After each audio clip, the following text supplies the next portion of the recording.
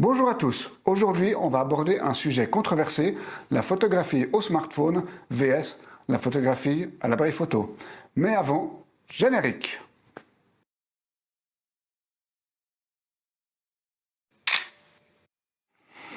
L'idée de faire cette vidéo, elle m'est venue en fait dans les interviews que j'ai eues, soit télé, soit radio, parce que j'ai eu des fois des journalistes qui m'ont dit mais le smartphone a tué la photo, c'était un petit peu une affirmation qu'ils avaient.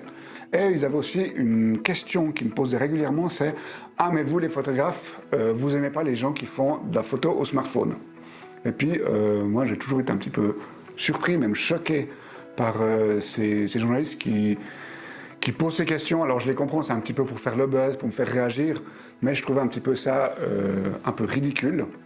Donc dans cette vidéo, on va prendre le temps un petit peu d'expliquer la différence entre la photo au smartphone, la différence à faire de la photo avec un appareil photo. On ne va pas du tout parler technique, on va juste parler un petit peu principe et philosophie de ces deux types de photos. Donc on ne va pas comparer la taille des capteurs, le fait qu'avec un objectif on peut voir plus loin sur un appareil photo et autres. On ne va pas du tout aborder ça, on va plutôt aborder le principe philosophique de la photo au smartphone ou à l'appareil photo.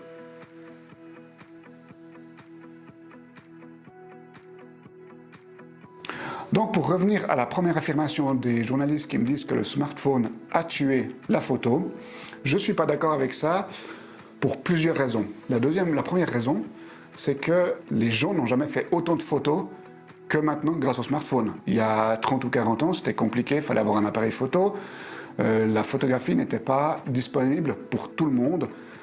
Et beaucoup de gens déjà avaient des appareils photo, mais il fallait l'avoir avec, il fallait le prendre avec. Donc on faisait souvent des photos que pendant les vacances, les anniversaires, à Noël, disons les grandes occasions. Maintenant on peut faire des photos tout le temps. Donc le smartphone n'a pas du tout tué la photographie, elle l'a plus mis en avant. Maintenant tout le monde peut faire des photos, tout le monde fait des photos. Donc on peut dire que grâce au smartphone, beaucoup plus de monde font de la photo. Après, c'est sûr que moi en tant que photographe, je vois certaines photos au smartphone. Est-ce qu'on peut appeler ça de la photo? C'est un autre sujet, c'est une autre discussion. Mais en soi, le smartphone permet à beaucoup de monde de faire la photo. Et puis, quand j'entends un petit peu cette phrase, c'est plus de dire, et là je suis plus d'accord, le smartphone a tué le business plan des années 90 à 2010 des entreprises photographiques. À l'époque, on vendait des appareils photo, simples à utiliser, des petits compacts tout automatiques. On mettait un film dedans, on devait d'abord acheter un appareil photo, après on devait acheter un film, après on devait faire développer ses photos. Et là, l'industrie photographique faisait de l'argent là-dessus, ce qui maintenant n'est plus le cas. Donc de ce point de vue-là, le business photographique des années 90, 2000, 2010 est mort, et ça, c'est vrai.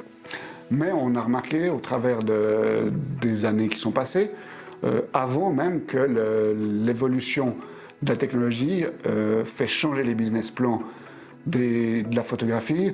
Dans les années 40, 50, 60, jusqu'à on va dire 70, peu de gens avaient des appareils photo.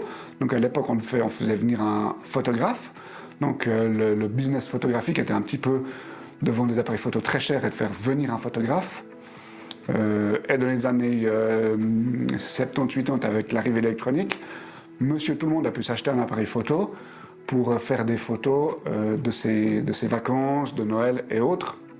Donc on voit que là, déjà, dans les années 70-80, le business plan de la photographie a changé et que l'industrie a dû s'y adapter.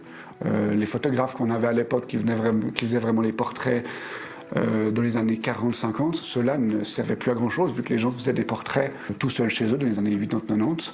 Donc là déjà le métier de photographe, l'industrie photographique a dû s'adapter. Donc pour moi l'arrivée du smartphone est plus une adaptation de la photo avec le smartphone qui a pris la place de tout ce qui était compact. Mais les appareils photo sont montés en gamme et maintenant on a des appareils photo très haut de gamme, des types de photos qu'on ne peut pas faire au smartphone. Donc on a vraiment changé un petit peu la vision de la photo, mais le smartphone n'a en aucun cas tué la photographie.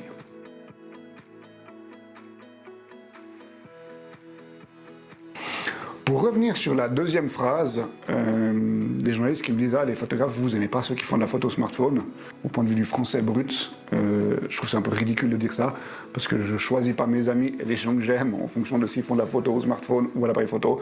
J'ai des amis qui font pas de photo, qui font de la photo avec du smartphone, des gens que j'aime moins qui font de la photo avec des appareils photo, donc ça n'influence pas de savoir à qui je parle et à qui je parle pas. Et c'est pas parce qu'une personne me dit qu'elle fait de la photo avec son smartphone que je vais la mépriser, que je vais la voir comme un sous-photographe. En fait, ça n'a rien à voir. Donc voilà, c'est déjà pour mettre les choses au clair. Le fait qu'on fasse de la photo avec un smartphone, avec un APS-C, avec un micro 4 tiers, avec un réflexe plein format, une chambre photographique, de la photo argentique ou je ne sais quoi d'autre, ça n'influence pas du tout le fait de savoir si j'apprécie cette personne ou pas, si je méprise ou pas son travail. Moi, j'admire vraiment le résultat, ce que la personne fait et pas en fait comment elle l'a fait. Ça, je trouve que c'est ridicule de regarder une photo et dire ah mais t'as fait au smartphone, ah ouais donc elle est nulle la photo. Ça n'a rien à voir. On regarde une photo, on aime cette photo, on regarde si techniquement elle est bien réalisée, s'il y a une recherche artistique, si la photo nous plaît, si elle est belle. Après comment elle a été prise, c'est pas vraiment le sujet en fait.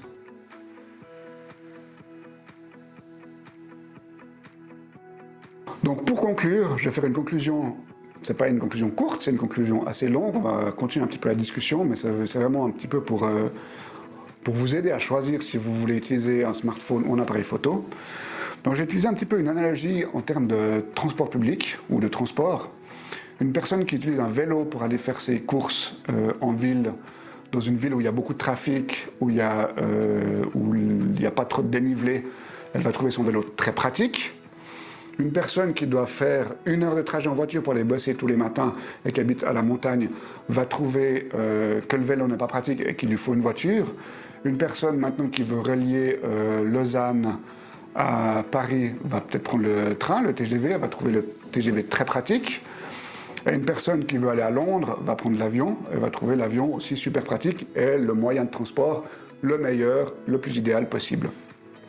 Pour la photo, c'est un petit peu la même chose. Chaque outil, chaque appareil a ses spécificités. Donc si vous voulez faire de la photo animalière avec un smartphone, vous aurez des gros soucis. Si vous voulez faire de la photo de studio, avec un smartphone, vous n'allez juste pas pouvoir, vous n'allez pas pouvoir brancher de flash et autres, donc ça va être impossible de faire de la photo studio avec un smartphone. Par contre, maintenant, si vous voulez faire des photos souvenirs de votre sortie au marché de Noël, je parle du marché de Noël parce qu'on est en train de tourner maintenant et il monte le marché de Noël juste à côté, donc ça me fait un petit peu penser à ça.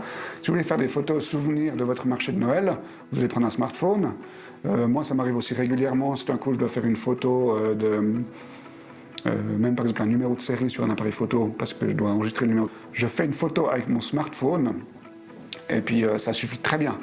Quand je suis en vacances, des fois pour faire des selfies, c'est beaucoup plus facile de faire un selfie avec un smartphone qu'avec un appareil photo. Donc moi, je prends des fois un smartphone, des fois un appareil photo, des fois je décide de prendre un appareil photo argentique, ça dépend des travaux. Je pense que c'est vraiment important de choisir son outil, son appareil photo, en fonction du travail qu'on va vouloir faire, du rendu qu'on veut, des conditions qu'on a, et pas juste dire je prends un appareil photo pour frimer ou pas j'ai besoin d'un appareil photo, ou alors ouais cette personne a fait une photo au smartphone, c'est ridicule, elle aurait dû prendre un appareil photo. Il faut vraiment réfléchir qu'est-ce que j'ai envie de faire, qu'est-ce que je veux comme rendu, qu'est-ce que je veux faire, et en fonction de ce que je veux faire, choisir l'outil que j'ai besoin, et vraiment voir ces deux choses, ce que je veux faire et l'outil dont j'ai besoin.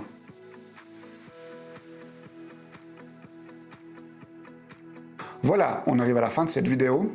Donc vraiment, moi je vous encourage à faire de la photo déjà, peu importe l'outil.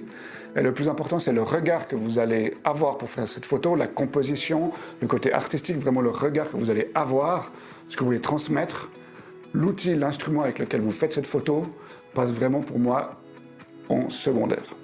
C'est un petit peu marrant que je dise ça parce que je suis vendeur de matériel photo. Je devrais vous encourager à acheter un maximum de matériel photo, mais moi je préfère les personnes qui font des belles photos avec le matériel qui leur convient que les gens qui achètent absolument le meilleur matériel, la dernière truc qui vient de sortir et qui les laisse dans un tiroir, qui n'utilisent pas ou qui utilisent peu. Donc vraiment, prenez le matériel qu'il vous faut, dont vous avez besoin, dont vous êtes à l'aise avec, entraînez votre regard, faites des photos, entraînez votre regard artistique, et le matériel, pour moi, ça passe sur le deuxième plan. Après, c'est toujours important d'avoir du bon matériel qui correspond à ce qu'on veut faire. mais il ne faut pas acheter du matériel pour acheter du matériel. Et pour les photographes, ne méprisez pas ceux qui font de la photo au smartphone. Il y a de très belles photos au smartphone, on peut faire de très jolies choses. Voilà, c'est la fin de la vidéo. N'hésitez pas à vous abonner, à mettre un pouce bleu si vous avez aimé la vidéo.